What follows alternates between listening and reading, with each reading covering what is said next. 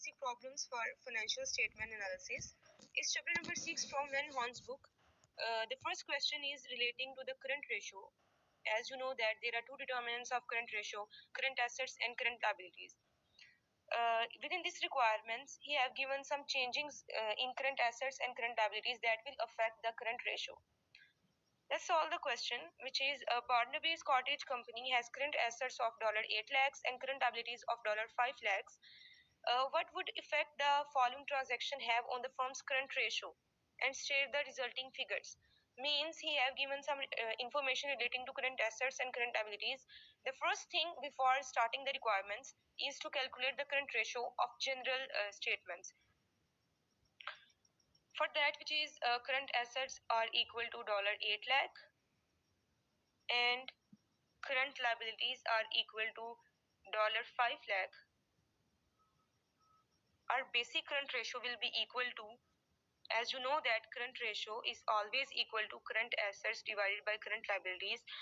For here it will be 8 lakh divided by 5 lakhs, which will be equal to 1.6 ratio 1. It's our general answer. कोई भी requirement solve करने से पहले हमारा जो जनरल आंसर है, जो जनरल एक रेशियो है हमारे पास, वो ये है. अभी तक हमने कोई रिक्वायरमेंट सॉल्व नहीं की, अभी हम रिक्वायरमेंट्स की तरफ चलते हैं. The first requirement is two new trucks are purchased for a total of $1 lakh in cash. Means हमने दो न्यू ट्रक्स परचेज किए हैं, इन कैश परचेज किए हैं. आपको पता है कि ट्रक्स आपके फिक्स्ड एसेट्स होते हैं, यानी कि इस वाली रिक्वायरमेंट में आपके फिक्स्ड एसेट्स इंक्रीज हो चुके हैं, लेकिन उनको परचेज करने के लिए आपने कैश को यूज किया है and cash is a current asset. यानी कि दो ट्रक्स परचेज करने के लिए मैंने करंट एसेट्स में से कैश को यूज किया. 1 लाख रुपया मैंने कैश में से लेस कर दिया, यानी कि मेरे जो करंट एसेट्स हैं वो 1 लाख से क्या हो चुके हैं, डिक्रीज हो चुके हैं. अब इसका इफेक्ट हमारी करंट रेशियो पर कैसे आएगा? चूंकि आपके पास पहले करंट एसेट्स की जो अमाउंट थी वो 8 लाख थी, अब 8 लाख में से हमने 1 लाख को यूज कर लिया है, तो 1 लाख को मैं क्या करूंगी, 8 लाख में से माइनस कर दूंगी. मेरे पास जो न्यू करंट एसेट्स की अमाउंट आएगी वो कितनी होगी, 7 लाख. ठीक है, यानी कि रिक्वायरमेंट नंबर 1 में हमारे करंट एसेट्स डिक्रीज हो चुके हैं और अब उनकी अमाउंट 7 लाख हो गई है, लेकिन there is no change in current liabilities, they are still of $5 lakhs. तो इसमें आप जब अपनी रिक्वायरमेंट्स के अकॉर्डिंग करंट रेशियो को कैलकुलेट करोगे तो 7 लाख को डिवाइड कर दोगे 5 लाख के साथ, तो आपके पास जो रिक्वायरमेंट नंबर 1 का आंसर आएगा वो होगा 1.4 रेशियो 1. सेकंड रिक्वायरमेंट देखते हैं. सेकंड रिक्वायरमेंट में कहता है the company borrows $1 lakh short term to carry an increase in receivables of same amount. आपने 1 लाख रुपया बारो किया है, शॉर्ट टर्म मतलब सिक्योरिटीज के तौर पर बारो किया है, यानी कि हमारे अकाउंट पेएबल्स इंक्रीज हो गए. To carry an increase in receivables of same amount, जैसे ही हमने अपने पेएबल्स को इंक्रीज किया है, हमारे जो रिसीवेबल्स हैं वो भी क्या हो जाते हैं, इंक्रीज हो गए. यानी कि दोनों में, करंट एसेट्स में भी और करंट लायबिलिटीज में भी चेंज आया है, इंक्रीज आया है सेम अमाउंट का. हुआ क्या है कि आपने जो शॉर्ट टर्म बारोइंग्स की हैं 1 लाख की, उस वजह से आपकी जो करंट लायबिलिटीज है वो 1 लाख से इंक्रीज हो जाएंगी, यानी कि 5 लाख में मैं 1 लाख क्या कर दूंगी, ऐड कर दूंगी. ठीक है, इंक्रीज हुआ है ना, तो ऐड करूंगी, तो आपके पास जो न्यू करंट लायबिलिटीज की अमाउंट आएगी वो कितनी होगी, 6 lakhs होगी. और उसके अलावा उसने कहा है N increase in receivables of the same amount, और रिसीवेबल्स में भी सेम अमाउंट से चेंज आया है, यानी कि जो मेरे करंट एसेट्स हैं वो भी इंक्रीज हो गए हैं 1 लाख से. पहले वो 8 लाख थे, जो न्यू अमाउंट है वो कैसे आएगी, इसमें 1 लाख को ऐड करने के बाद तो जो न्यू अमाउंट होगी करंट एसेट्स की वो कितनी हो जाएगी, 9 lakhs. ठीक है, 9 लाख. अब 9 लाख जो है वो आपके करंट एसेट्स हैं, 6 लाख आपके पास जो है वो करंट लायबिलिटीज हैं, तो आपके पास जो रेशियो आएगी करंट रेशियो वो होगी 1.5 रेशियो 1. रिक्वायरमेंट नंबर सी की तरफ चलते हैं. Additional common stock of 2 lakh is sold and the proceeds invested in the expansions of several terminals.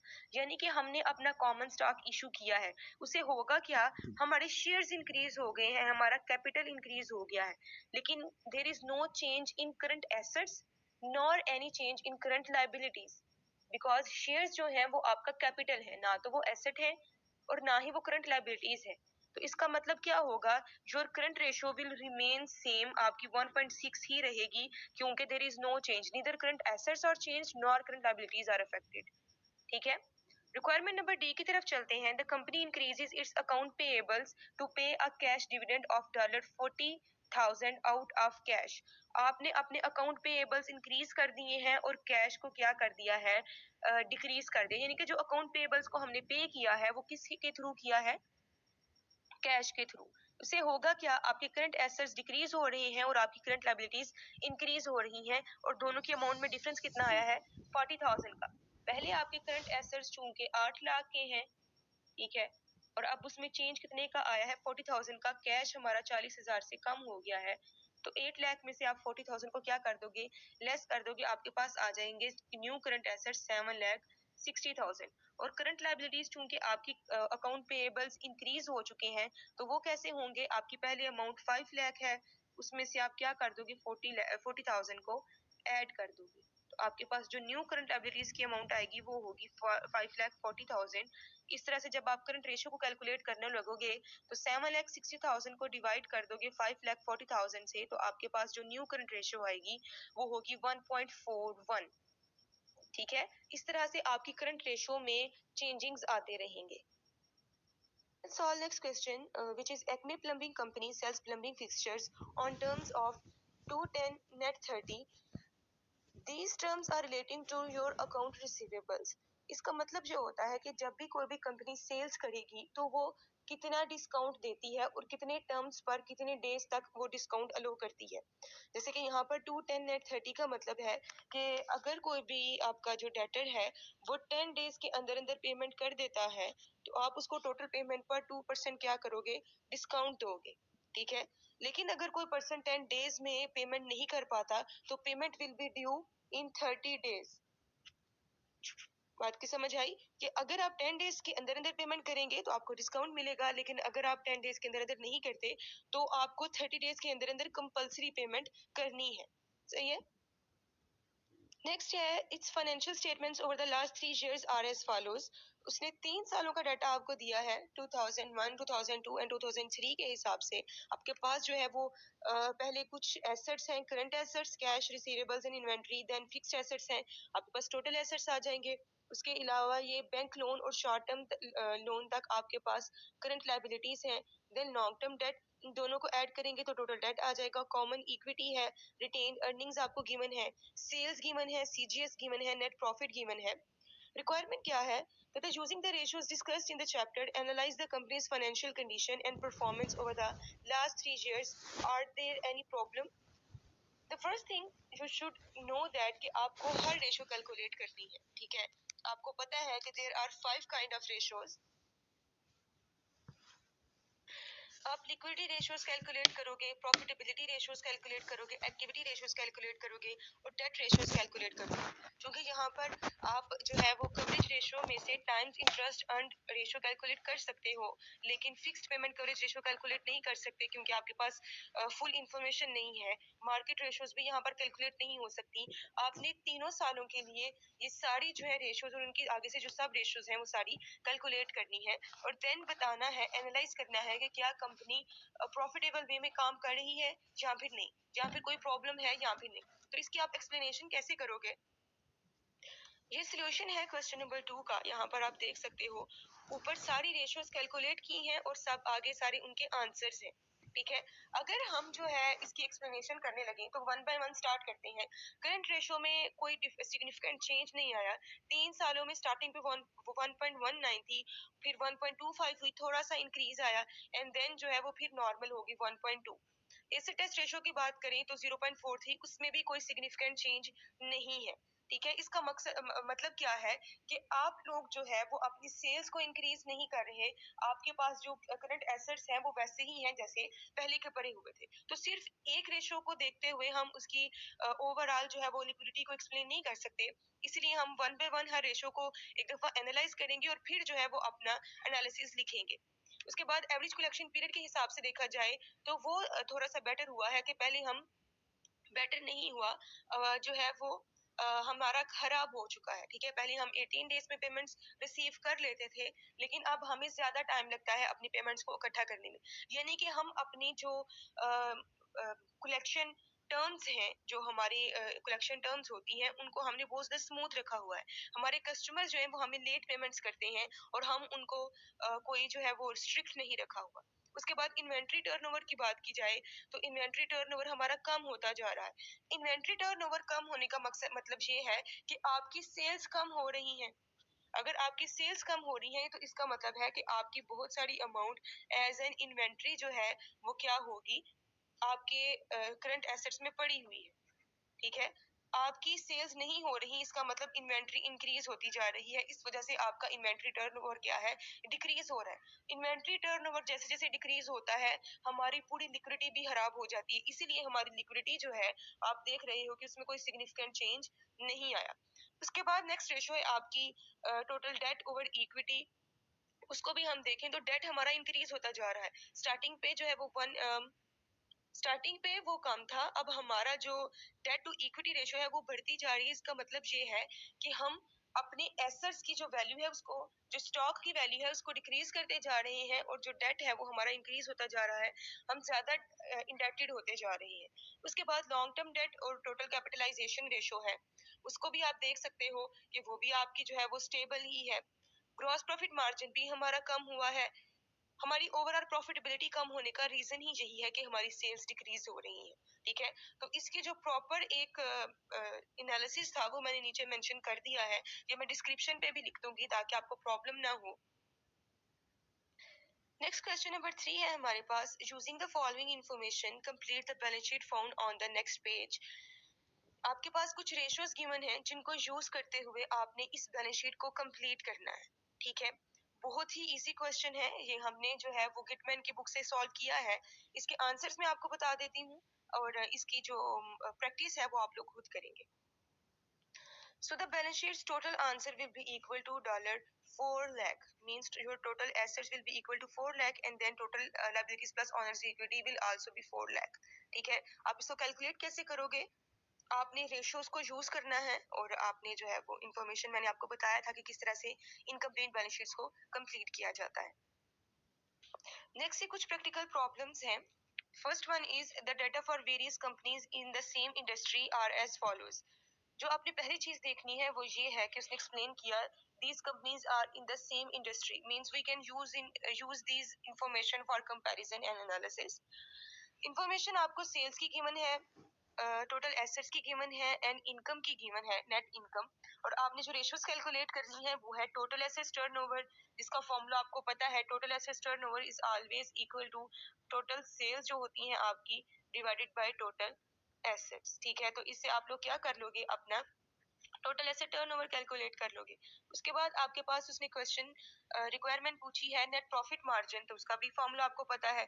आप नेट प्रॉफिट को डिवाइड कर देते हो अपनी टोटल सेल्स के साथ, तो ये इन्फॉर्मेशन भी आपको गिवन है। जो आपकी नेट इनकम है वो आपका टोटल नेट प्रॉफिट हो जाएगा। एंड नेक्स्ट उसने पूछा earning power for each of the companies. Earning power का जो है फॉर्मूला आप लोग जो यूज करोगे वो होगा earnings before interest and taxes divided by total assets. Because यहाँ पर उसने earnings before interest and taxes नहीं दिए हुए, और ना ही आप इसको किसी तरह से वो कैलकुलेट कर सकते हो, तो आप ईबीआईटी की जगह पर यहाँ पर आप नेट इनकम ले सकते हो, ठीक है। ईबीआईटी की जगह पर क्या लोगे आप, अपनी नेट इनकम यानी कि अपना नेट प्रॉफिट उसी को ही ले लोगे, क्योंकि यहाँ पर ना तो टैक्सेस की इंफॉर्मेशन है, ना जो है वो आपके पास ऑपरेटिंग प्रॉफिट की इंफॉर्मेशन है। तो फिर आपकी नेट इनकम को ही हम ईबीआईटी कंसिडर करके तो ये वाला क्वेश्चन सॉल्व करेंगे। आप हर कंपनी के लिए अलग अलग से ये तीनों रेशियोज क्या करेंगे, कैलकुलेट करेंगे। Next question, question number 2, Cordella Carson Company has the following balance sheet and income statement for year 2002 in thousands. ये सारा डाटा 1000 में गिवन है, यानी कि अगर यहाँ पर 400 लिखा है तो इसका मतलब होगा इट इज मल्टीप्लाइड बाय 1000, यानी कि 4 लैक्स। तो आप लोगों को इसको 1000 से मल्टीप्लाई करने की जरूरत नहीं है, बस आप इसको जो है जो यहाँ पर अमाउंट्स गिवन है उससे भी सॉल्व कर सकते हो। ये वो इस तरह से लिखते हैं इसलिए है ताकि आपकी स्पेस कम यूज हो। अगर वो यहाँ पर 4 लाख जो है वो फिर 13 लाख लिखते तो वो ज्यादा क्वेश्चन जो है वो यूज होता है, तो इसलिए वो मेंशन कर देते हैं कि ये सारी अमाउंट 1000 में है, तो हमारा उसके साथ कंसर्न नहीं है। कंसर्न किसके साथ है? ये सारी बैलेंस शीट गिवन है और ये आपको इनकम स्टेटमेंट गिवन है, और उसने कहा है current periods depreciation is $4,80,000, sorry 4,80,000 है। एंडिंग इन्वेंट्री उसने आपको बताई है $1,800, और कहता है कि जो भी आपको इन्फॉर्मेशन गिवन है ये सारी रेशियोज कैलकुलेट करें। तो आपको पता है करंट रेशियो का फॉर्मूला क्या होता है, एसेट टेस्ट रेशियो का क्या फॉर्मूला होता है, एवरेज कलेक्शन पीरियड का क्या फॉर्मूला होता है, जिसको हम एवरेज एज ऑफ जो है वो इन्वेंट्री कहते हैं, वो उसने नहीं पूछा हमसे। एवरेज कलेक्शन पीरियड पूछा है, इन्वेंट्री टर्नओवर रेशियो पूछी है आपसे, ये सारे फॉर्मूलाज आपको आते हैं। The debt to net worth ratio, अब यहाँ पर आपको नेट वर्थ का नहीं पता, तो सबसे पहले तो मैं आपको नेट वर्थ बता दूं कि नेट वर्थ बेसिकली आपकी जो टोटल एसेट्स होते हैं उसमें से जब आप अपना टोटल डेट लेस कर देते हैं तो आपके पास नेट वर्थ आ जाती है। Total assets minus total date, चाहे वो लॉन्ग टर्म डेट है चाहे वो करंट डेट है, टोटल डेट को लेस कर देंगे तो वो किसके इक्वल होगा? आपकी नेट वर्थ के इक्वल होगा। अगर तो आपके नेटवर्थ का आंसर पॉजिटिव आता है वो तब आएगा जब आपके एसेट्स ज्यादा होंगे और आपका डेट कम होगा, यानी कि हमारी नेटवर्थ पॉजिटिव होती है तब जब एसेट्स लायबिलिटीज से ज्यादा होते हैं। तो आप सिंपल एसेट्स में से टोटल डेट को लेस कर दोगे तो आपके पास नेटवर्थ आ जाएगी, और नेटवर्थ को जो है वो टोटल डेट से क्या कर दोगे? डिवाइड, तो आपके पास ये ई वाली रेशियो भी कैलकुलेट हो जाएगी। उसके बाद आ जाता है long term debt to total capitalization. अब यहाँ पर आपको कैपिटलाइजेशन का मीनिंग भी नहीं पता। कैपिटलाइजेशन हम किस तरह से कैलकुलेट करते हैं? आपकी जो टोटल लॉन्ग टर्म डेट होता है, long term date, I am not talking about total date, long term date में आप ऐड कर देते हो अपने शेयर होल्डर्स इक्विटी,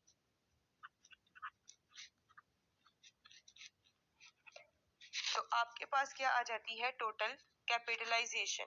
ठीक है, आप इन दोनों को ऐड करोगे तो आपकी टोटल कैपिटलाइजेशन आ जाएगी। जब आपके पास कैपिटलाइजेशन की अमाउंट आ जाएगी तो आप सिंपल क्या करोगे? एफ वाली रेशियो को भी कैलकुलेट कर सकोगे, लॉन्ग टर्म डेट को डिवाइड कर दोगे इन दोनों को ऐड करने के बाद जो आपका आंसर आएगा उसके साथ। ठीक है, तो आपकी एफ वाली रेशियो भी कैलकुलेट हो जाएगी।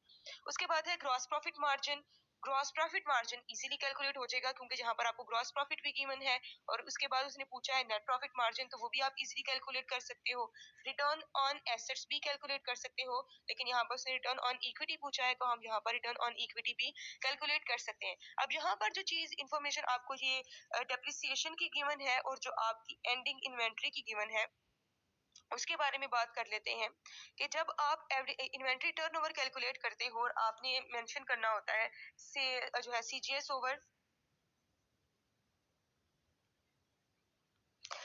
सीजीएस डिवाइडेड बाय इन्वेंट्री, तो आपको पता है कि ये इन्वेंट्री एवरेज इन्वेंट्री की शेप में आती है। ठीक है, यहाँ पर हम जो इन्वेंट्री लेते हैं वो एवरेज इन्वेंट्री होती है।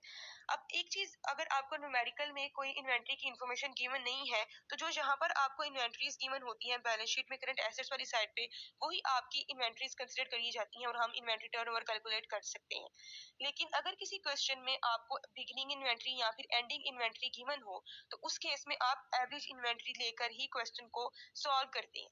तो यहाँ पर हम एवरेज इन्वेंट्री कैसे कैलकुलेट कर सकते हैं? क्योंकि ये जो बैलेंस शीट है ये आपकी स्टार्टिंग पे बनाई गई है और जो एंडिंग बैलेंस है इन्वेंट्री का वो उसने आपको बता दिया है 1800, तो पहले तो हम कैलकुलेट करेंगे इसकी एवरेज इन्वेंट्री, और आपको पता है कि एवरेज को कैसे कैलकुलेट किया जाता है।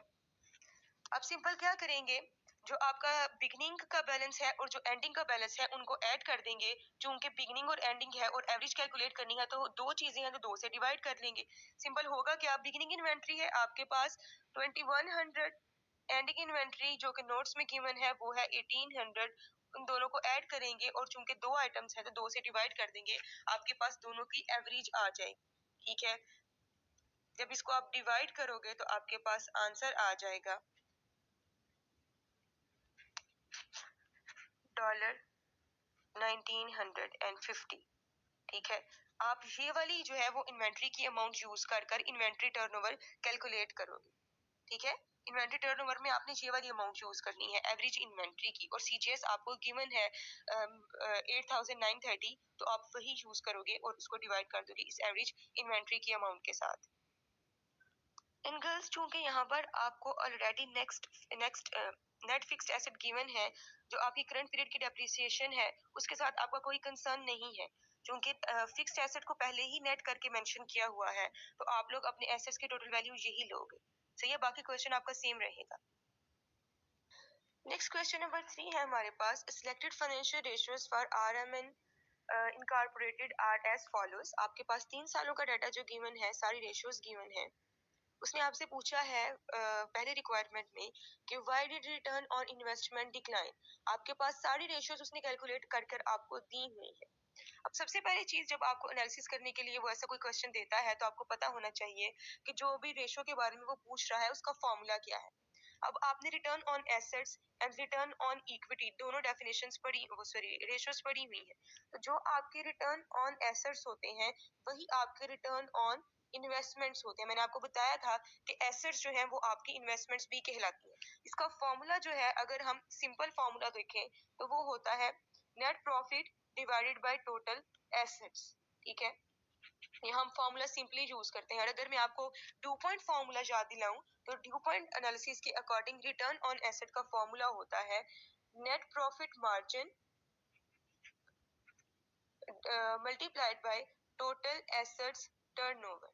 ठीक है, अब यहाँ पर आप देखो कि आपको ये दोनों कैलकुलेट करके दी हुई है, इसकी इंफॉर्मेशन गिवन नहीं है, तो आप लोग इस फॉर्मूला के अकॉर्डिंग इसको कैलकुलेट नहीं कर सकते। आप 2 पॉइंट फॉर्मूला के अकॉर्डिंग जो है इसका एनालिसिस कर सकते हो। ठीक है, क्योंकि नेट प्रॉफिट मार्जिन भी गिवन है और आपका टोटल एसेट्स टर्नओवर भी गिवन है। अगर हम पहले टोटल एसेट्स टर्नओवर को देखें तो वो पहले 3.2 टाइम्स था, लेकिन अब वो हर आने वाले साल में डिक्रीज होता जा रहा है। इसका मतलब है कि हम अपने एसेट्स को ज्यादा एफिशिएंटली यूज नहीं कर पा रहे।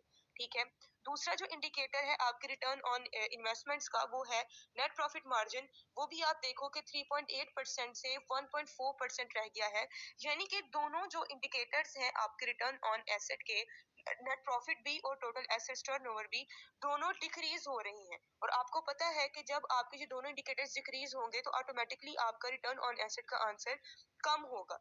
तो यहाँ पर उसने जो रीजन पूछा है कि why did return on investment decline, उसका रीजन ये है कि कंपनी अपने एसेट्स को प्रॉपरली यूज नहीं कर रही। अगर वो प्रॉपरली यूज करती तो जो है उसकी प्रॉपर सेल्स होती, सेल्स ज्यादा होती तो प्रॉफिट भी ऑटोमेटिकली ज्यादा होता और उससे आपके रिटर्न ऑन एसेट्स भी क्या होते, ज्यादा होते। यानी कि आपकी जो कैपिटलाइजेशन है, जो आपकी इन्वेस्टमेंट है एसेट में वो ज्यादा है, लेकिन जो आपकी परफॉर्मेंस है वो अच्छी नहीं है।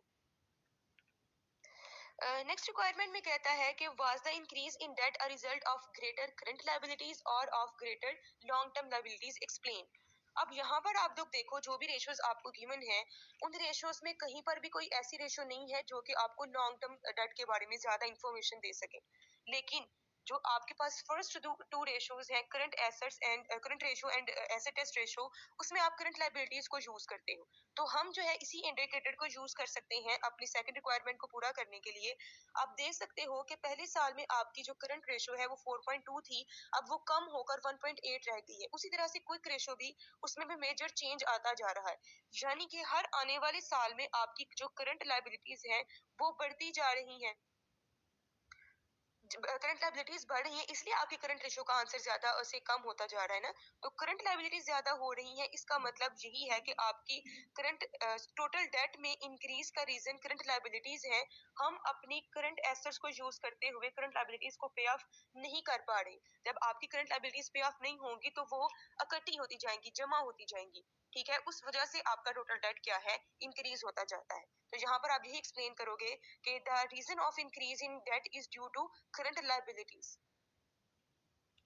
नेक्स्ट क्वेश्चन है हमारे पास, question number 4, incomplete balance sheet and income statements आपके पास गिवन है और आपने उनको कंप्लीट करना है। बैलेंस शीट के जो इन्फॉर्मेशन इसने आपको दी हुई है, यहाँ पर सिर्फ कैश की इन्फॉर्मेशन है और लायबिलिटी साइड पर आपको थोड़ी ज्यादा इन्फॉर्मेशन उसने गिवन की है। नेक्स्ट जो है वो आपको देता है इनकम स्टेटमेंट फॉर जो 2006 है, और वो सारी इंफॉर्मेशन में से दो अमाउंट्स आपको गिवन कर रहा है, बाकी सारी आपने खुद कैलकुलेट करनी है। अदर इंफॉर्मेशन में आपके पास डिफरेंट रेशियोज गिवन है, करंट रेशियो गिवन है, डेप्रिसिएशन की अमाउंट बताई गई है, नेट प्रॉफिट मार्जिन बताया गया है, टोटल लायबिलिटीज बताई गई हैं, और एवरेज कलेक्शन पीरियड भी है, इन्वेंटरी टर्नओवर भी है। जैसे कि मैंने आपको बताया था कि आप लोग किस तरह से इनकम्प्लीट बैलेंस शीट को कैलकुलेट करोगे और किस तरह से आप ये इंफॉर्मेशन निकाल सकते हो। तो आप लोग ये क्वेश्चन खुद सॉल्व करोगे, आंसर्स मैं आपको बता देती हूँ। जब आप बैलेंस शीट को कैलकुलेट करोगे तो आपकी जो बैलेंस शीट में टोटल एसेट्स हैं वो होंगे 7500 के। उसी तरह से आपकी जो टोटल एबिलिटीज है उनका आंसर भी 7500 आएगा। बाकी सारी रेशियोज जो है उनको यूज करते हुए आप इंफॉर्मेशन कैलकुलेट कर सकते हो। जब आप लोग इनकम स्टेटमेंट कैलकुलेट करोगे तो इनकम स्टेटमेंट पे आपके पास सीजीएस जो है वो 3000 आ जाएगा और ग्रॉस प्रॉफिट जो है वो आपके पास 5000 आ जाएगा। बाकी ये इन्फॉर्मेशन मैं आपको आंसर्स इसलिए बता रही हूँ कि जब आप क्वेश्चन सॉल्व करो तो आप लोगों को कंफर्म हो सके कि आपके आंसर्स ठीक है या फिर ठीक नहीं है। नेक्स्ट क्वेश्चन नंबर 5 है हमारे पास। A company has total annual sales all credit $4 lakh, gross profit margin is 20% of sales. Current assets अगर $80,000 के हों, करंट एबिलिटीज अगर $60,000 की हों, इन्वेंट्रीज उसने आपको बता दी है $30,000 एंड कैश की भी अमाउंट आपको गिवन है। रिक्वायरमेंट ए में कहता है how much in average inventory should be carried if a management wants the inventory turnover to be 4। आपको पता होना चाहिए कि इन्वेंट्री टर्नओवर 4 कब होगा, यानी कि आपको इन्वेंट्री टर्नओवर का फॉर्मूला पता होना चाहिए। इन्वेंट्री टर्नओवर का फॉर्मूला होता है cost of goods sold divided by average inventory. ठीक है। अब यहाँ पर चूंकि इन्वेंट्री की एक ही इंफॉर्मेशन गिवन है तो आप इन्वेंट्री वही कंसिडर करोगे। उसके बाद आ जाते हैं सीजीएस। आप कैसे कैलकुलेट करोगे? सीजीएस है टोटल एनुअल सेल्स गिवन है और ग्रॉस प्रॉफिट मार्जिन अगर 20% है, ठीक है, तो आप लोगों को पता होना चाहिए कि जैसे आपकी सेल्स इक्वल होती हैं सीजीएस प्लस जीपी के and sales are always equal to 100%। ठीक है। अगर आपके पास ग्रॉस प्रॉफिट 20% है तो आप सीजीएस को कैलकुलेट कर सकते हो। ठीक है। ये 20% उस साइड पे चला जाएगा तो आपका सीजीएस कितना हो जाएगा? 80% ऑफ सेल्स। तो ये आप 80% ऑफ सेल्स खुद कैलकुलेट कर सकते हो। सेल्स अगर आपके पास उसने गिवन की है 4 लाख की, तो 4 लाख का 80% आपके पास आ जाएगा 3,20,000। तो सीजीएस की अमाउंट आ गई, इन्वेंट्री की अमाउंट आपके पास गिवन है और उसने आपको इन्वेंट्री टर्नओवर का आंसर भी बताया है। तो ये आपकी रिक्वायरमेंट नंबर 1 सॉल्व कैसे होगी? सीजीएस तो आ गया हमारे पास, इन्वेंट्री टर्नओवर का आंसर भी गिवन है, हमने कैलकुलेट क्या करनी है? Average inventory. क्योंकि आपको एक इन्वेंट्री गिवन है, एवरेज इन्वेंट्री गिवन नहीं है, तो इसको कैलकुलेट कैसे करेंगे? फॉर्मूला होता है आपके पास इन्वेंट्री टर्नओवर का सीजीएस ओवर एवरेज इन्वेंट्री। तो इन्वेंट्री टर्नओवर का आंसर अगर गिवन है तो हम यहाँ पर लिख लेंगे 4। उसके अलावा सीजीएस हमने कैलकुलेट कर लिया, वो आ गया है 3,20,000। हमने कैलकुलेट करनी है एवरेज इन्वेंट्री की अमाउंट। तो एवरेज इन्वेंट्री जो है कैसे आएगी? जब आप इसको उस साइड पर ले जाते हो, सॉरी इन्वेंट्री है ये, आप एवरेज इन्वेंट्री को उस साइड पर लेकर जाओगे, 3,20,000 को डिवाइड कर दोगे 4 के साथ, तो आपके पास जो है वो एवरेज इन्वेंट्री की अमाउंट आ जाएगी जो कि कितनी होगी? 80,000। एवरेजली इन्वेंट्री जो है वो इतनी है। आपकी रिक्वायरमेंट नंबर 1 सॉल्व हो गई। रिक्वायरमेंट नंबर 2 की बात करते हैं। कहता है how rapidly in how many days must account receivables be collected if management wants to have an average of $50,000 invested in receivables? Assume a 360 days year wants to have an means आप लोग चाहते हो कि आपकी जो receivables हैं वो 50,000 के हों, तो आपको कितना कितना दिन लगेगा रिसीवेबल्स को कैश में कन्वर्ट करवाने के लिए? तो आप क्या कैलकुलेट करोगे? रिसीवेबल टर्नओवर इन डेज, जिसको हम एवरेज कलेक्शन पीरियड भी कहते हैं, उसका फॉर्मूला इजी होता है। आप सिंपल क्या कर सकते हो? अपने अकाउंट रिसीवेबल्स को डिवाइड कर देते हो एवरेज सेल्स पर डे के साथ। ठीक है। तो यहाँ पर अगर सेल्स 4 लाख गिवन है आपको, तो आपके उसने बताया है कि 360 डेज है एक ईयर में, तो आपके पास जो एवरेज सेल्स पर डे आएंगी उसका आंसर होगा 1111.11 भी आप ले सकते हो। और आपको रिसीवेबल्स गिवन है 50,000, तो जब आप 50,000 को एवरी सेल्स पर डे से डिवाइड कर दोगे तो आपके पास जो डेज आएंगे वो कितने होंगे?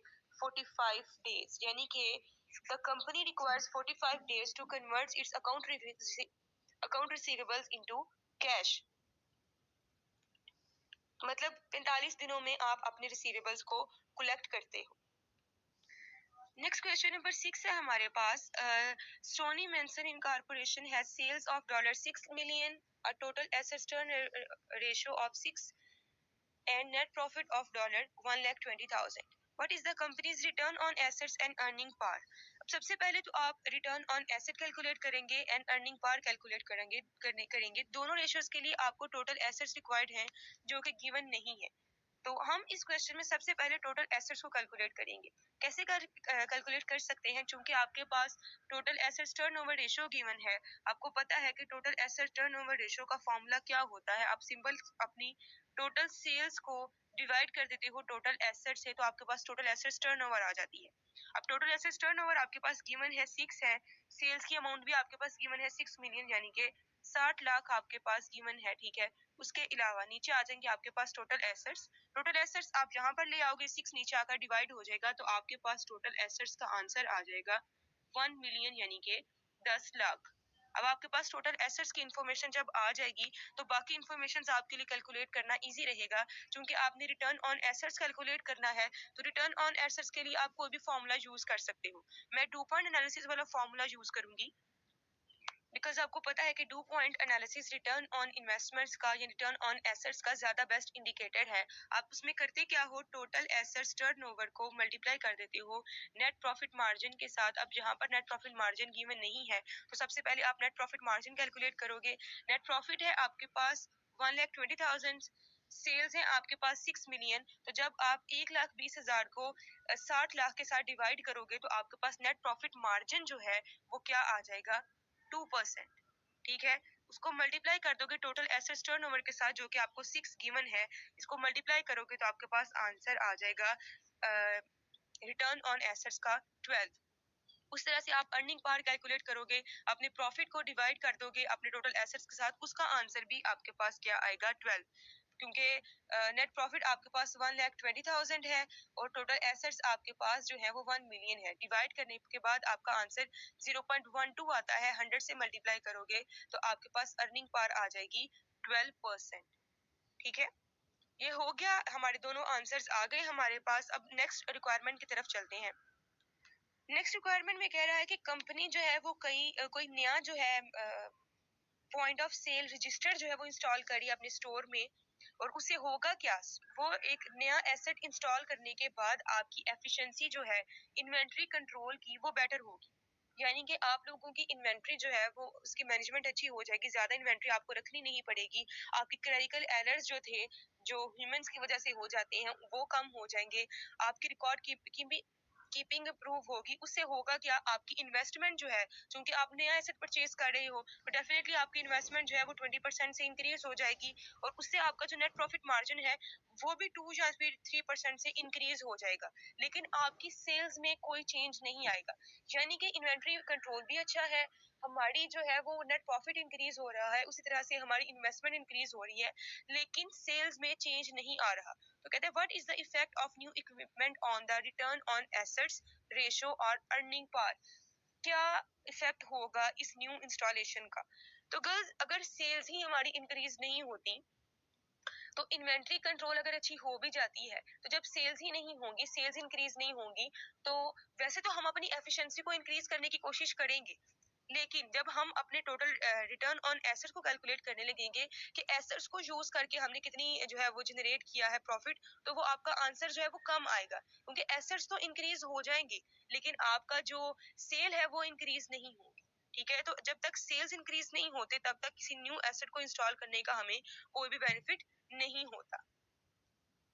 नेक्स्ट क्वेश्चन नंबर 7 है आपके पास, long term debt section of the balance sheet of Queen and Anilax corporation appears as follows. आपके पास mortgage bonds, second mortgage bonds, debentures, subordinated debentures, मतलब ये सारे के सारे क्या हैं, लॉन्ग टर्म डेट, जो कि किसके इक्वल है, 6 लाख के इक्वल है, सॉरी 6 मिलियन के इक्वल है। कहता है if the average earnings before interest and taxes of the company is 1.5 million and all debt is long term, what is the overall interest coverage. आपको पता है कि इंटरेस्ट कवरेज रेशो, जब आप times interest coverage ratio calculate करते हो, tie ratio calculate करते हो, तो उसका फॉर्मूला होता है आपके पास EBIT, यानी कि interest before interest and taxes divided by interest, ठीक है।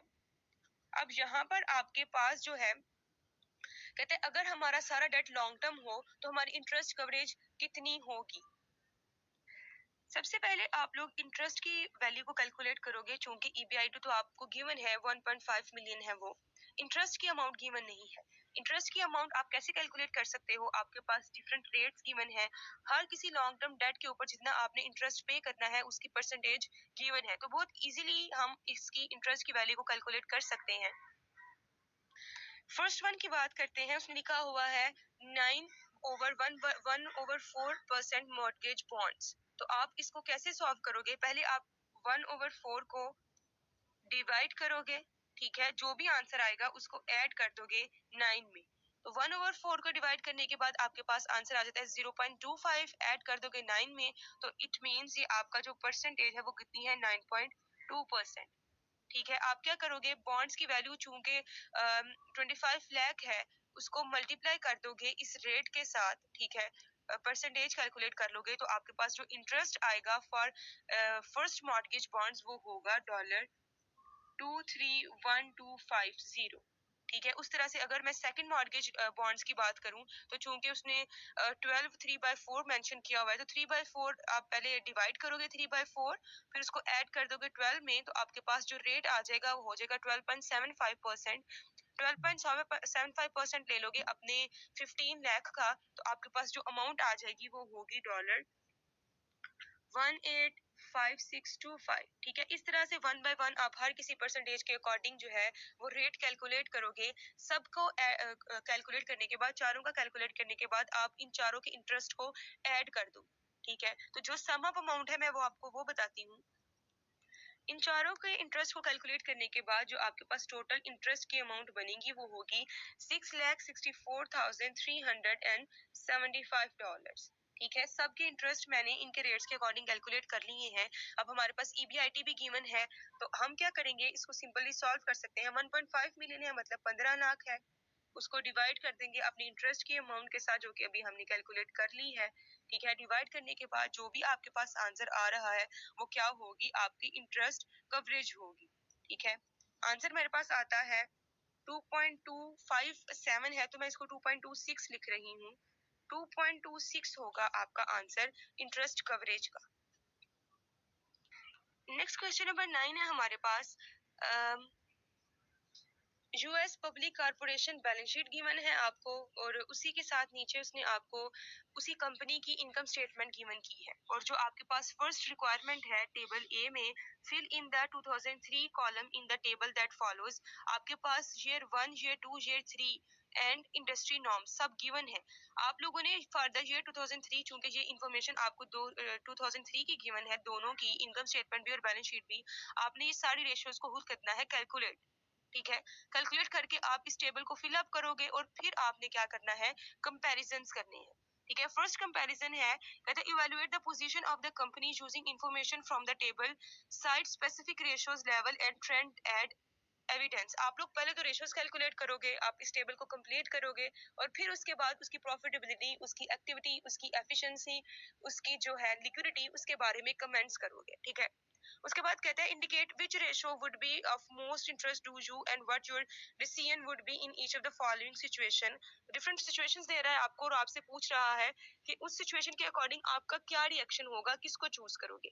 पहले इसने कहा है कि जो यूएस रिपब्लिक जो है वो कहती है wants to buy $5 lakh worth of merchandise inventory from you with payment due in 90 days. मतलब वो आपसे कोई इन्वेंट्री परचेज करना चाहती है जिसकी अमाउंट 5 लाख की है, और कहती है कि विद इन 30 डेज में आपको, सॉरी 90 डेज आपको पेमेंट कर दूंगा।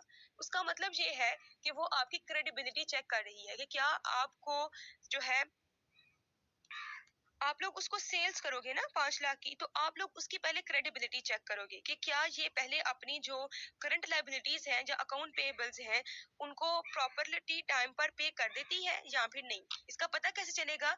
इस कंपनी की जो एवरेज पेमेंट पीरियड होगा उससे। आप लोग जब एवरेज पेमेंट पीरियड कैलकुलेट करोगे तो आप लोगों को पता चल जाएगा कि क्या कंपनी टाइम पर अपनी पेमेंट्स करती है या फिर नहीं। अगर तो जैसे कि उसने कहा कि 90 डेज में अपनी पेमेंट करना चाह रही है, अगर तो उसकी पेमेंट्स अच्छी हैं, अगर उसकी करंट लायबिलिटीज कम है, इसका मतलब ये है कि कंपनी टाइम पर अपनी पेमेंट कर देती है। तो जब आप कैलकुलेट करोगे तब आप बताओगे कि क्या आप इसको ये वाली सेल्स करोगे या फिर नहीं करोगे।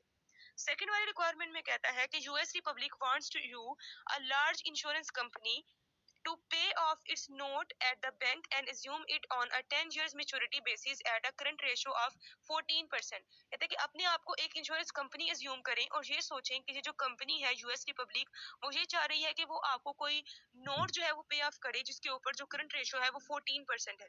ये भी आप उसकी डेट रेशियो को देखकर एज्यूम करोगे कि क्या हमें इसे फर्दर लोन देना चाहिए या फिर नहीं देना चाहिए। थर्ड रिक्वायरमेंट ये कहता है कि there are 1 lakh shares outstanding and the stock is selling for 80 per share, the company offers you 50,000 additional shares at this price. अब कंपनी की जो परफॉर्मेंस होगी उसके अकॉर्डिंग आप बताओगे कि क्या आप फर्दर शेयर्स परचेज करोगे या फिर नहीं करोगे। तो वो सारी रिक्वायरमेंट सॉल्व करने के लिए आपके पास पहले ये टेबल सॉल्व हुआ होना चाहिए। आप अपने आप को कंपेयर करोगे इंडस्ट्री के साथ। अगर तो इंडस्ट्री के साथ आपकी एवरेज आ जाती है देन वेल एंड गुड, आप अच्छी तरीके से काम कर रही हो। लेकिन अगर उससे बिलो है या उससे ज्यादा है तो फिर वो आपके लिए जो डेविएशन का पॉइंट है वो पॉइंट ऑफ कंसर्न है।